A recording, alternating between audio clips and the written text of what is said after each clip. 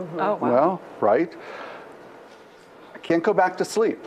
Next thing you know, I'm going through all of the labels, I'm throwing stuff out because I'm so worried that if somebody eats something from an expired label, that they'll die. Yeah, okay. It's So the consequences of the action become exaggerated, and then you have to engage in all these behaviors that are designed to alleviate that stress.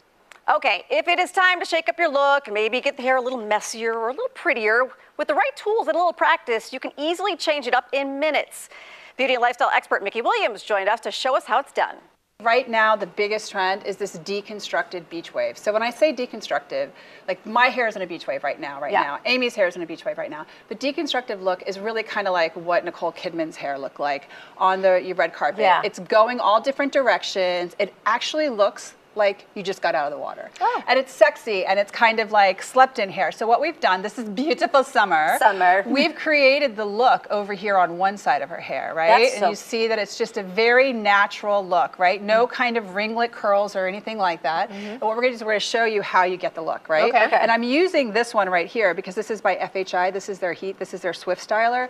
Why I'm using this one is because it's the easiest thing for you to do at home. First of all, it has the bristles if you want them, but it also has this switch on it that you can hit and then lock it into place and you can use it as a wand. Okay. So you have all these different options if you want to do it, or if you want, you can basically use the switch while you wrap the hair around it and then let it go to where you don't brush the curl out. It's a really brilliant little product. So I'm just going to show you a few pieces. You're going to take a little tiny section. The bigger sections you take, the looser the wave's going to be. The smaller ones. But we're creating really quick waves here, all right? What's the temperature you have it on? I have her turned up 410 because she has basically already straightened her hair. She's naturally curly hair. So I got to break through the process already happened there. And it has a ceramic iron here, which is going to be good for frizz. But we want to kind of create a little tousle in here, right? So I'm going to leave it with the brushes out. And all you do is you're going to wrap your hair around it. Go ahead and go on up. We're going to let it sit there for about 10 to 15 seconds. Who wants to count, darling? No, I'm just joking.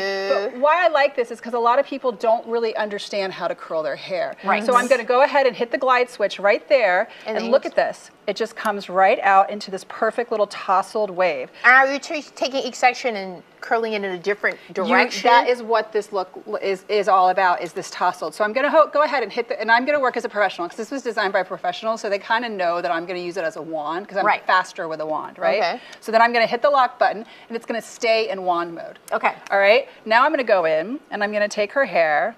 Summer, I know I'm gentle-handed, but I am moving fast here. And I'm going to take her hair and I'm going to walk it all the way around. How much I'm going to leave the end out. Now, if I want a really tousled look, I can leave this much out, right? So it just depends. Now, you could also just do the ends of your hair. I'm going to go all the way up to her root, and I'm going to let it sit there. And then I'm just going to lightly untousle it and let it go. How pretty that is. Yeah, so now I'm going to do it the opposite direction, right? And I'm going to come around this way. And that's really how you create the look. Leave it in longer if you want more of a bend. Take it right out. It really is just an easy, great little look that you can have. See? And I see you taking really tiny sections. I am, because then underneath, because I'm an artiste, darling. Okay? You are. I'm going to do tiny on top with some I'm going to make it to where it's all different waves, right? So I'm going to take a bigger section here and I'm going to lock that in. It's going to be a fatter curl and it's going to create more volume at the base. Because you also don't want them rejoining together and then you have ringlets, correct? Yes, then you'll have more of what I have in my hair right now. It happens to me all the time. Which is, it's still a beach wave, but it's more of, this is more of a deconstructed I like the look. tousled So look. at this point, you're not using a comb once you have the curls in there. You're using your fingers to unravel you can brush it out. You can do whatever you want. Obviously, you're going to work through the whole hair here, but it's just an incredibly easy way. It's an easy look to achieve. Can you do it with shorter hair? Yes, you can. Amy's hair, you could do it there. I wouldn't say I wouldn't do it any shorter than Amy's hair just because the size of the barrel. You could find a smaller barrel, but I would go with that. And I just really love the fact that you honestly can just pull it right out. See? Now, I know for the demonstration, you were doing the top first. Would you always do the top first, or would you start from the bottom? No, I would actually section her hair off here, throw this part in a clip, and then do the bottom, and then go around and just do it in two different sections. That is going to wrap up this edition of Radiance Reboot. Thanks so much for joining us. We will see you next time as we continue to learn how to reclaim our glow, look, and feel our very best.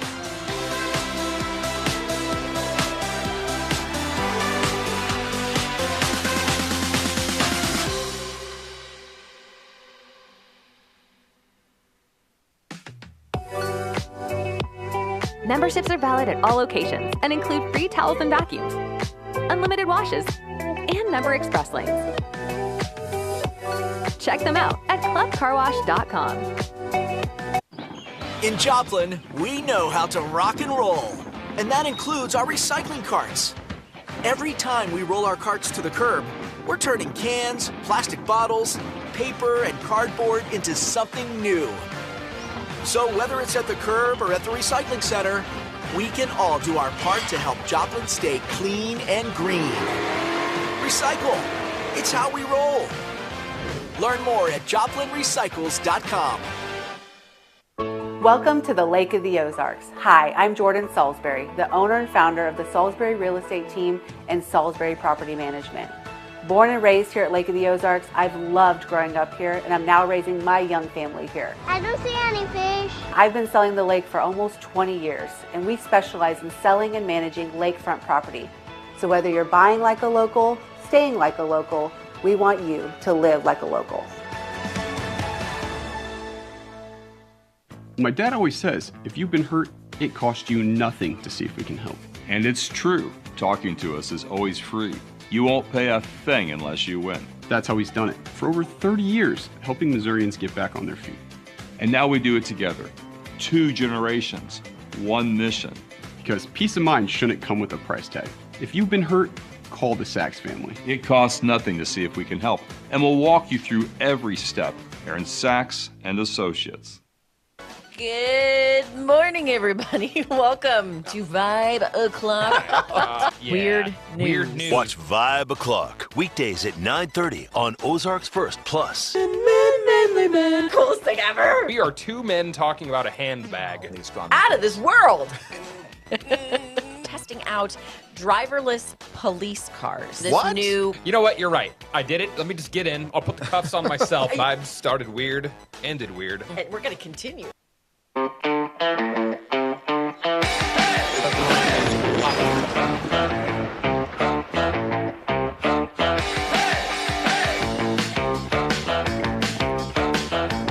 dudes in a Doppler.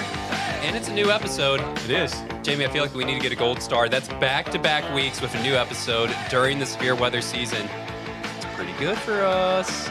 Pretty good for us. It doesn't happen all the time. It's been a doozy of a spring. It has. Yeah. Early on, before all of that hail hit the area, I was kind of going into that saying, well, we've had a lot of chances for severe weather. We just haven't seen a lot of severe weather. It's just been like that thing that's lurking, that specter. And, well, since then, I could say we've had quite a bit of severe weather. Yeah, that has been the case. I remember last week we were filming the episode, and we filmed it kind of before that severe weather started because we saw all the storms were going to be coming in. We're going to be busy, and that's why last week's episode didn't talk about the hailstorm. Don't worry, we're doing that today. Yeah. We're talking about all the damage from that. But yeah, we're like, we got some more chances of some storms. It could be an interesting week, and yeah, it was. We're talking about potentially the most costly storm ever in Springfield. Happened last week with that giant hail. You look back at that 3 days of severe weather, and I remember going in thinking, that Monday looked like a slam dunk we were going to have severe weather. That Sunday night looked like we were probably going to have severe weather. The Tuesday didn't really kind of, become apparent until we got into the weekend that it was going to be a weather-aware day. So it kind of the whole expectation sort of morphed into this like, it's going to be about a day and a half of this to no, it's 3 days in a row of severe weather in our area. Well, at first, Tuesday was the day I think people were impacted the most by the hailstorm. That was the day that we had the gorilla-sized, the monster-sized, the softball-sized hail. And going into the forecast, Tuesday kind of looked like, all right, whatever's left in the atmosphere, they're going to try to squeeze something out. Yeah. Hopefully there's not a lot of juice left. Hopefully Tuesday doesn't have to be a bad day. And, there's a lot of juice. There's a lot of gas left in the tank that day. So going into it, we're like, that's just the day that we kind of squeeze out whatever leftovers we have. And, man, did we have a lot of energy left to play with. What was also interesting about that Tuesday was it was not a day when you, I think on that Monday, when you stepped outside, you felt the humidity, the wind. You were like, okay, this is a severe weather day. Yep. Tuesday, when we had all the hail from Aurora northeast into Springfield, if you were outside, it didn't feel like severe weather. It was cool and damp. On Tuesday. On that yes. Tuesday. Yes. And it's a case sometimes when we talk about thunderstorms being surface-based or elevated in nature. Tuesday was a day where the instability wasn't at the surface. It started higher up in the atmosphere, but there was a lot of it, and there was a lot of wind energy. And it's a case that kind of points toward, even though it may not feel like a severe weather day, you can still get certain kinds of severe weather. We're going to dig in a little bit more of really all the hailstorms that we had, because that was the main impact. There was a couple tornadoes. I know in Buffalo they've confirmed, I believe, two It was an EF1 and it was an EF1 and an EF0. Okay, so there's an EF1 and EF0, but and you can find out more information on that from Matt Hefner in his article on our website, ozarksfirst.com. ozarksfirst.com. Yeah, I wrote the article and I've already forgot. It's like, was it 0? Was it 1? What was that tornado? Yeah. But the main impact was hail. Yeah. Not a big tornado event, just multiple hailstorms. And you're talking to one of our photogs, Eric Reedus, and he's someone who's been here for 25, 30 years, driving these roads in Springfield. Anytime there's a bad storm, we say, all right, Eric, drive into it, see what happened. And you asked him, you're like, Eric, have you seen damage like this, where it's day after day after day of monster hail, monster hail, monster hail? And you asked him, and he got quiet for a couple minutes. He really pondered. So I don't think I have. And same thing for me. I don't think I've seen anything like what we just experienced last week. And I've been here since 2011, and I can tell you I have not experienced 3 consecutive days of not just large hail, but very large hail events across different parts of the area. And I know, we've been very hyper-focused on what happened across the Springfield area, but there were other communities that were impacted by very large hail, tennis ball to baseball size hail on preceding days. Yeah. Going back to Sunday evening. So, I mean, this is not just a Springfield hail event. This is an Ozarks hail event that occurred over the span of 3 days. I will say, and you kind of hit on this with the tornadoes, we only saw, at this stage that we know of, 2 confirmed tornadoes, Dallas County. There were not quite a few, there were a lot of supercells that impacted the area over those 3 days. So to get through the event without more tornadoes is a silver lining to that dark cloud. I have some inside information from the National Weather Service. I have some sources. An inside source at the National Weather Service. I cannot confirm who, but they are down to just 1 car because the National Weather Service parked right at the airport. Airport was the place that was hit almost the hardest, and all of their vehicles that they would send out to surveying, except 1, is totaled. Yeah. Extremely damaged. So their process of getting out and surveying has been a little bit, for their standards, slow, because they're like, we can only send 1 car at a time. We're trying to get information back. But and there may be some more tornadoes that come out of this, but at this point, I kind of doubt it because there wasn't really anything that screamed, there was a tornado in this location. We never saw out of that. I mean, you could clearly see that these were supercellular storms that were capable of producing tornadoes, but we never saw a signature for damage. We never saw a debris signature on radar. And there was never, that I know of, really much in the way of reporting that, hey, yeah, we think a tornado came through here. There were a lot of photos of wall clouds, or a lot of video of wall clouds, which is a precursor to tornadoes. They tried to produce, no doubt. I think, for me, I think there were 2 periods where we really skirted by and got lucky. And that was Sunday evening and overnight Sunday night. Yes. Before the big hail in Springfield. That evening and overnight reminded me of that Memorial Day weekend back in 2024 when we spent an entire night covering tornado-producing thunderstorms. And then we saw more that Sunday afternoon. That period reminded me of that. Monday afternoon reminded me of that same weekend, the Sunday afternoon of that same weekend, where thankfully these supercells that developed, the low-level setup wasn't conducive for tornadoes. And even once they got further east into an environment that was more conducive along and east of Highway 63, and we started seeing tornado warnings, they didn't drop any tornadoes. So thankfully, I mean, if we got to look back and say, well, at least this didn't happen. Yes. We can be thankful that we didn't see more tornadoes. I said this on air, I think last weekend, where if I would have guaranteed people, hey, we're going to have a bunch of thunderstorms develop, no tornadoes, just hail, people would be like, oh, yeah, I'll take that all day. Hail over tornado, absolutely. But I'd argue the hail was more impactful because of how widespread it is. I don't want to bury the lead too much. Let's get into some of this video. Gary, if you can, pull up the video of Mike Landis's that he got from us. And this, I believe, this was the Monday afternoon. No, this was no, that was Monday. This afternoon. is Monday. Yeah. Okay. So that this was not the big hailstorm that hit on Tuesday. This was not the more impactful of the two. And yeah, look at that hail. We're still looking at quarter to maybe golf balls in there. Yeah. Every once in a while, he'll get about a golf ball sized hail. And this is kind of that least impactful hail event. This is the one that didn't cause as much damage. Gary, if you can, pull up the damaged video after this, the one that has Bailey, and she's talking about what happened on Tuesday with all the windshields. That's the one, if you're remembering this hail event, this is probably the one that you're thinking of where these windshields are just getting absolutely shattered. Yeah. I know an area that got hit very hard was Hillcrest High School. There was a bunch of kids that had their cars parked out in the parking lot. The hail came in. First round was the hail that busted all the windshields. And then an hour later, a thunderstorm came in and just poured in the vehicle and flooded it and caused so much damage. We were talking earlier, State Farm reached out to our newsroom and said they're at 14,000 claims right now for home and auto. And that's just one insurance provider.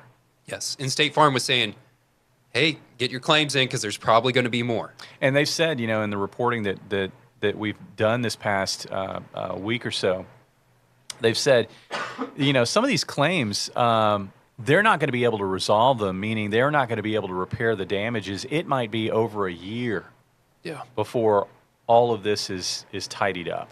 Yeah. It is so widespread, the hail damage. We keep saying the Springfield hail because I think that's the area that was hit the hardest. Aurora also got monster hail. That was another area that... They had softball-sized hail in Aurora. And I don't want to... I never want to neglect some towns, but it's sad where it's like, oh, this place only got baseball-sized hail. And it's like, why aren't you talking about what happened in Marshfield? Or why aren't you talking about Rogersville? And it's like,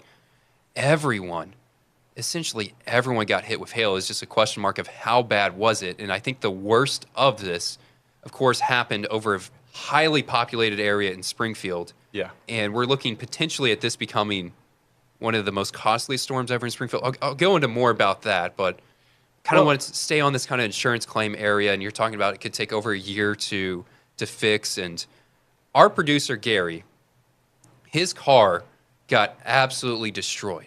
Now, he showed me pictures of this. His front windshield got destroyed. His back windshield got destroyed. His It knocked side off mirror, a side view mirror. The side mirror got destroyed as well. Gary, kind of, how's your car working on this? Because I know you're in the process of trying to get this repaired, and it's not easy because everyone also is trying to get their car fixed. I have to take it to the shop next week, and it got tennis ball size hail where I was at last week. Tennis ball. And Gary came in, Gary worked that day after his car had already been damaged. And I remember when, Gary, you came in, you were like, so the storm happened, and it did a lot of damage, and I immediately went to an auto shop. And what did you say to me after that? What happened? That it will take weeks to get me in.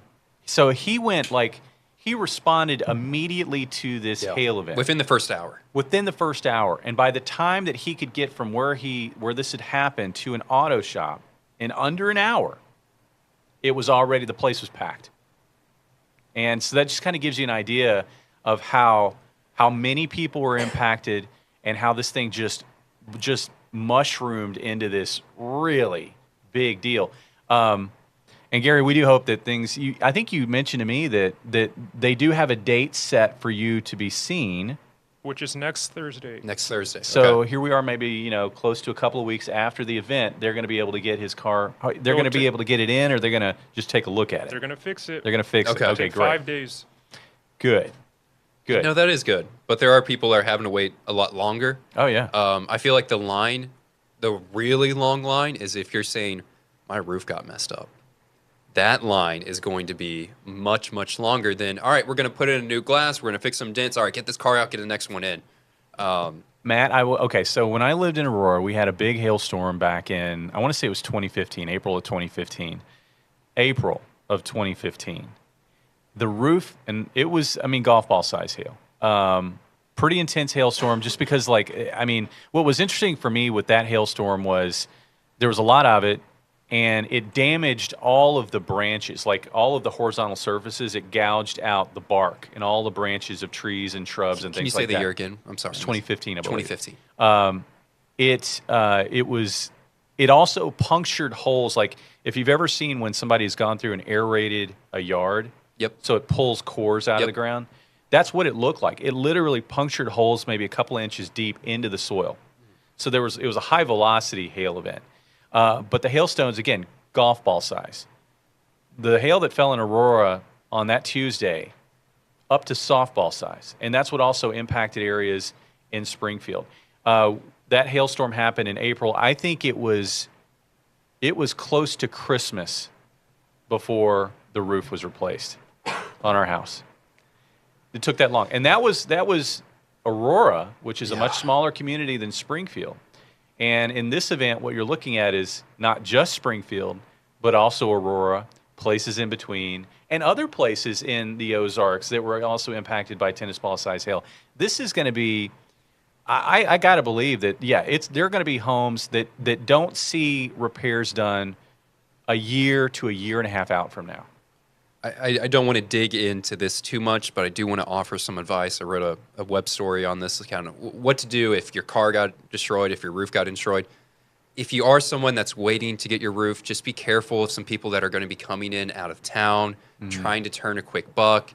Maybe they're going to do a sloppy job and kind of use that traveling circus model of they're saying, oh, Springfield got a bunch of hail damage. They're going to come in, try to do some questionable business and then skip out of town. So I would argue it's almost better to stay patient, get someone who's going to do the job right. I know some people are probably frustrated and want to get those repairs quick, but there are going to be people with some ill intent seeing Springfield as an opportunity to go, ooh, I can make some money out of this hail damage. So be careful on that. And you were talking earlier too about like how this is, how this is going to compare to previous natural disasters in the area.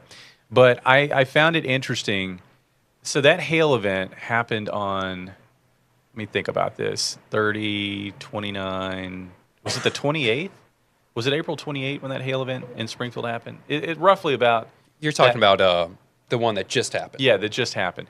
What I'm getting at is 1 year ago... The 28th, yes. 1 year ago, we had this major wind event that came right up I-44, hit places like Monette, hit places like Aurora and Billings and Republic and Springfield, particularly Springfield, very hard. That was a wind event. Yes. 1 year later, almost to the day. 1 day off. You have this major weather event, not wind, hail. Yep. But still as impactful and in the same locations, right up that I-44 corridor into the Springfield area. Jamie, you're doing an excellent job of previewing what we're going to talk about when we come back from break. We're going to see how does that stack up. The damages that were caused on April 29th last year, the damages that were caused on that Tuesday, April 28th, and also has it stack up all time. We're going to be talking about that right after break. All right. In Joplin, we know how to rock and roll, and that includes our recycling carts. Every time we roll our carts to the curb, we're turning cans, plastic bottles, paper, and cardboard into something new. So whether it's at the curb or at the recycling center, we can all do our part to help Joplin stay clean and green. Recycle. It's how we roll. Learn more at joplinrecycles.com.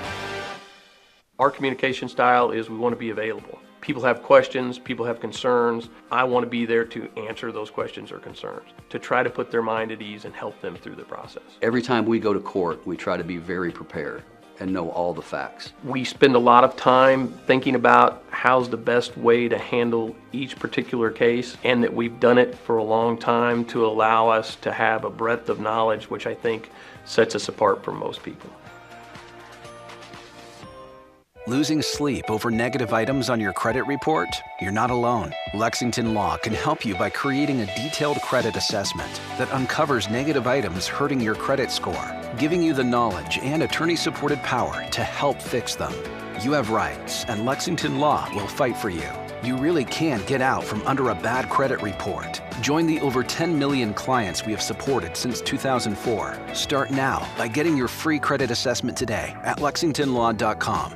Trust is obviously a huge thing for attorneys and their clients. The very first time someone comes to see me, I try to be just over the top, 100% honest and clear with them and go over with them what they can expect as far as all the pitfalls and all of the things that we do. In my experience, if you just tell people right from the very beginning, hey, this is not going to be easy, this is going to be a long process, that really pays off in the long run and it builds trust.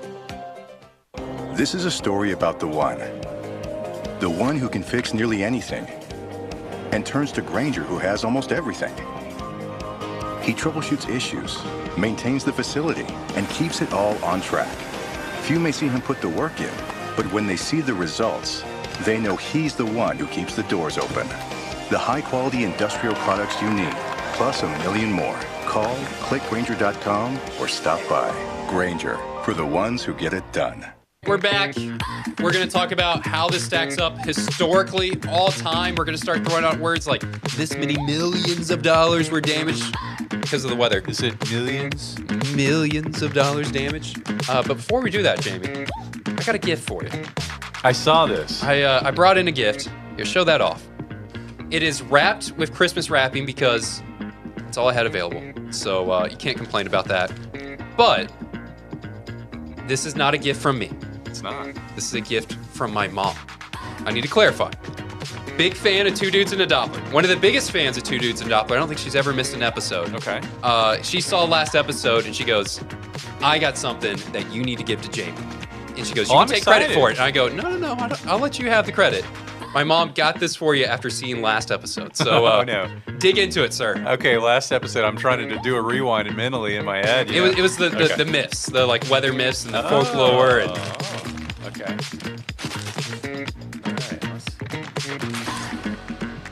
All right, folks, we're getting into it. Yeah. Oh.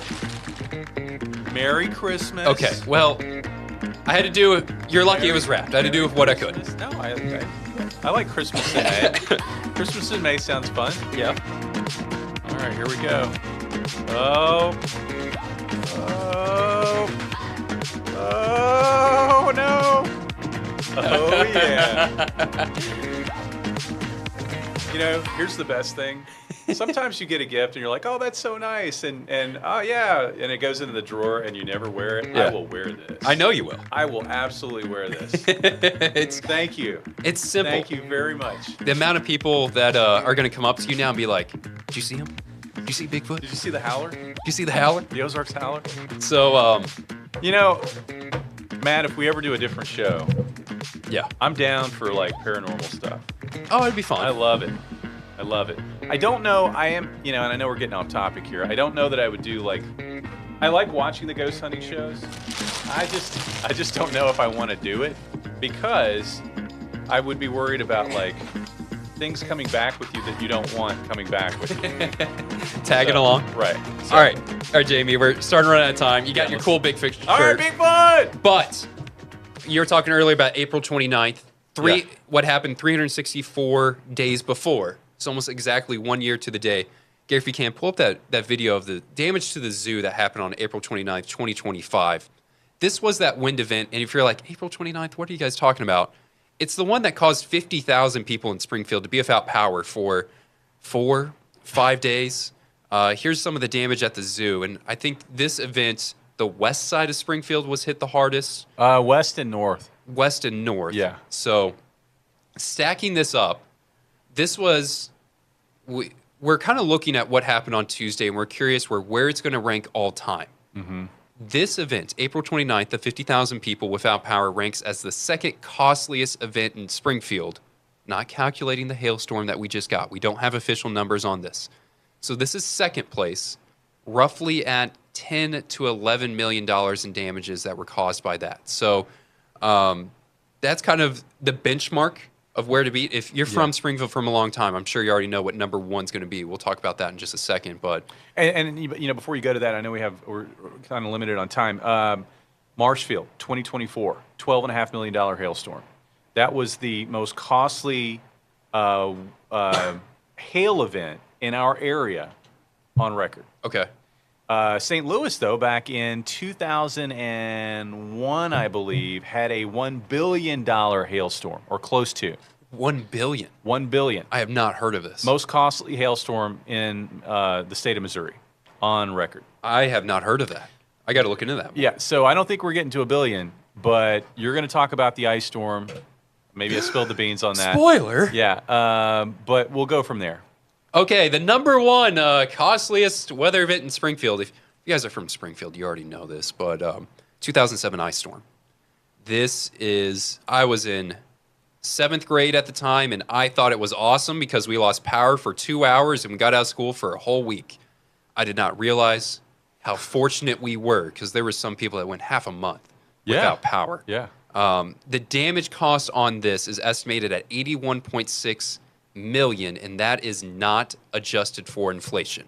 So, I don't know, let's at least say over $100 million in today's dollars. But the main issue wasn't snow. It was the ice. About some places up to 2 inches of ice in Springfield. You get that ice that weighs on the power lines. You get fast winds. That's going to cause them to snap. That causes trees to snap. It's a headache where really city utilities didn't even know where to start, and took them weeks before people were able to get back to normal. And this is also, this is a case where this is before they did a lot of the tree trimming around power lines.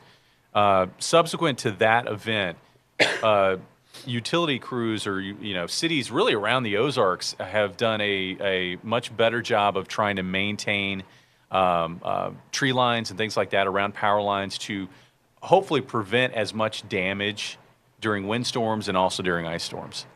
So this is what I'm curious about. I mean, State Farm today, they reached out to our newsroom and said, hey, we have 14,000 claims. That's going to be for roofs. That's going to be for siding. That's going to be for cars.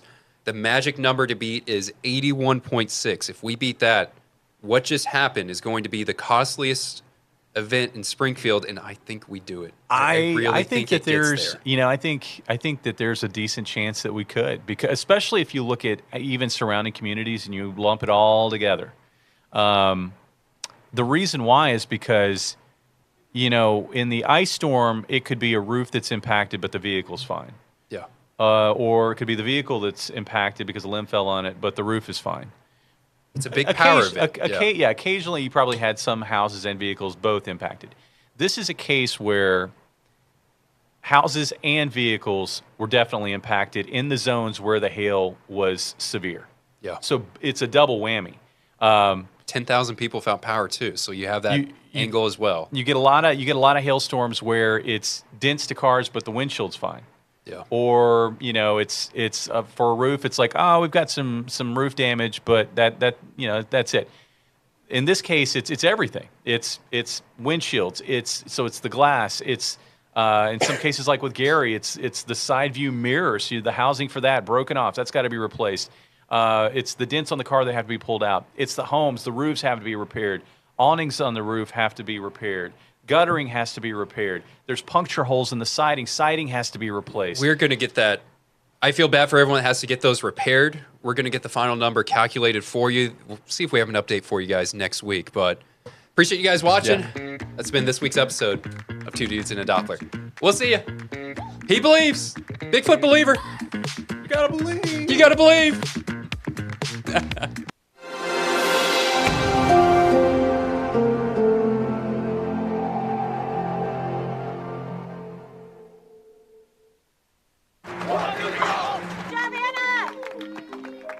You want to hold it? Good job, Art. Everyone deserves a team they can count on. In the good times, the bad times, the hard times, all the time. At Aaron Saxon Associates, when you need us, we'll be here. Go Poppy. Go Poppy. The whole team, ready for you. We got you. Welcome to the Lake of the Ozarks. Hi, I'm Jordan Salisbury, the owner and founder of the Salisbury Real Estate Team and Salisbury Property Management. Born and raised here at Lake of the Ozarks, I've loved growing up here, and I'm now raising my young family here. I don't see any fish. I've been selling the lake for almost 20 years, and we specialize in selling and managing lakefront property. So whether you're buying like a local, staying like a local, we want you to live like a local. On on the front lines across the globe. In Rome, South Korea, Ukraine, and Israel. We'll give you an up-close look at the center of the moments that matter. What do you want the world to know? What is the mission? International correspondent Robert Sherman on News Nation. Oh, I don't see where you got your degree.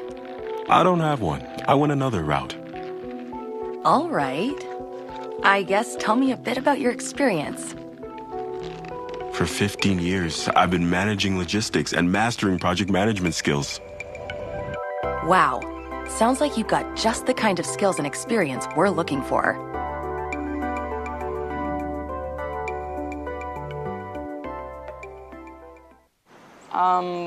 Gerald the Fish.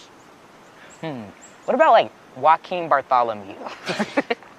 Joaquin Bartholomew. Yeah. See ya. See ya. Joaquin Bartholomew. What? How did you think of that? I have no idea. Since we gave him that title, he should honestly be the king of the pond. King of the pond? Yeah. He's out there somewhere. For real.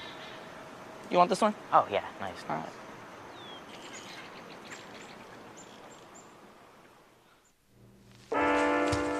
There are a lot of temptations facing young people today, like electronic cigarettes and skateboarding. Each vape pod can contain the same amount of nicotine as a pack of cigarettes. This can lead today's youth to a lifelong addiction and severe lung damage. Recall and consider the facts before making a poor decision. The health class film guy isn't the best person to talk to your kid about vaping. Got a few minutes? You are. Start the conversation with your child about vaping today. Love the hustle, Cliff. Who are you? Your lungs. We're quite proud of you. Even though you quit smoking years ago, you may be at risk for lung cancer. Okay, but with the routine screening, you can detect it early when it's more curable. Sounds good, guys. Can I get a little space here? Biologically, no. Okay. Listen to your lungs. Get a routine screening that could save your life. Talk to your doctor and learn more at savedbythescan.org.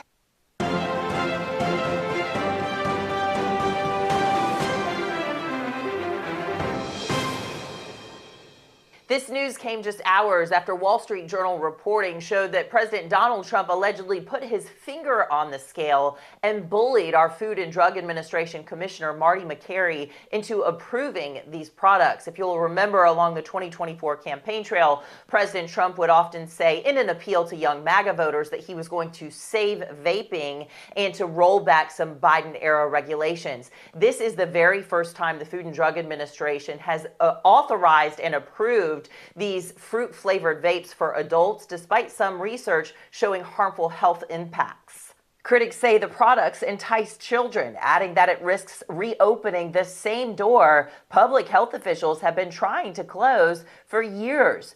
The products are from a Los Angeles company called Glass, G-L-A-S, with flavors marketed as Gold and Sapphire, which correspond to mango and blueberry. The FDA's argument is that these are for adult smokers and could offer a less harmful alternative to cigarettes and may help some people quit. Tobacco control expert Stanton Glantz telling News Nation he does not believe the science supports that claim. E-cigarettes don't help adults quit. And in fact, they may promote relapse among former smokers. So the FDA's action is completely unjustified by the science. The company behind these new fruit-flavored vapes say that the devices are actually going to have age technology built in. It's going to be able to check their age based on a government-issued ID and a selfie. So that's why some critics say it's not just a kids' access issue, it's also concerns over whether politics are overriding public health, and then those data concerns as well. Whenever data is collected, you got to wonder who has access to it and how could it be used. So privacy concerns there as well. For News Nation, I'm Anna Koyman.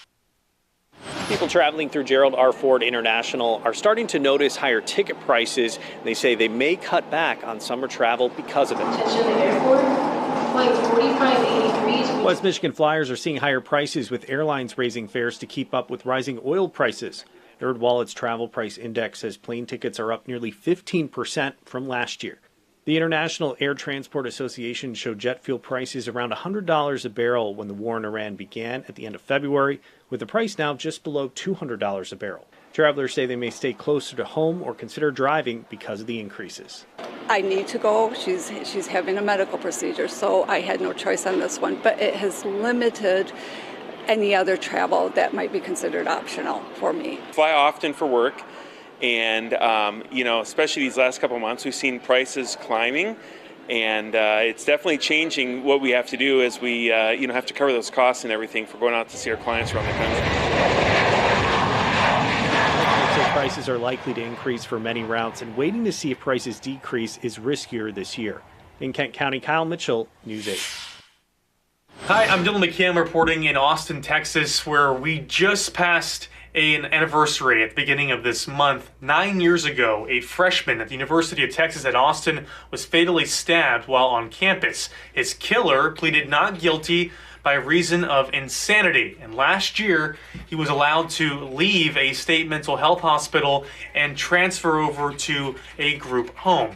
It's cases like this where a violent offender is allowed to leave confinement that have raised concerns. And now a Texas Senate committee is examining how the state monitors these violent offenders. In 2017, UT freshman Harrison Brown died after being stabbed on campus. His killer, Kendrix White, was found to have a schizoaffective disorder and declared insane. He was sent to a mental hospital in Kerrville, but last year he was allowed to transfer out. That move faced criticism. Harrison Brown's mother, Lori, worried she could see her son's killer on the street. It's a scary, scary thought. Lawmakers are examining how the state decides to transfer someone out of a mental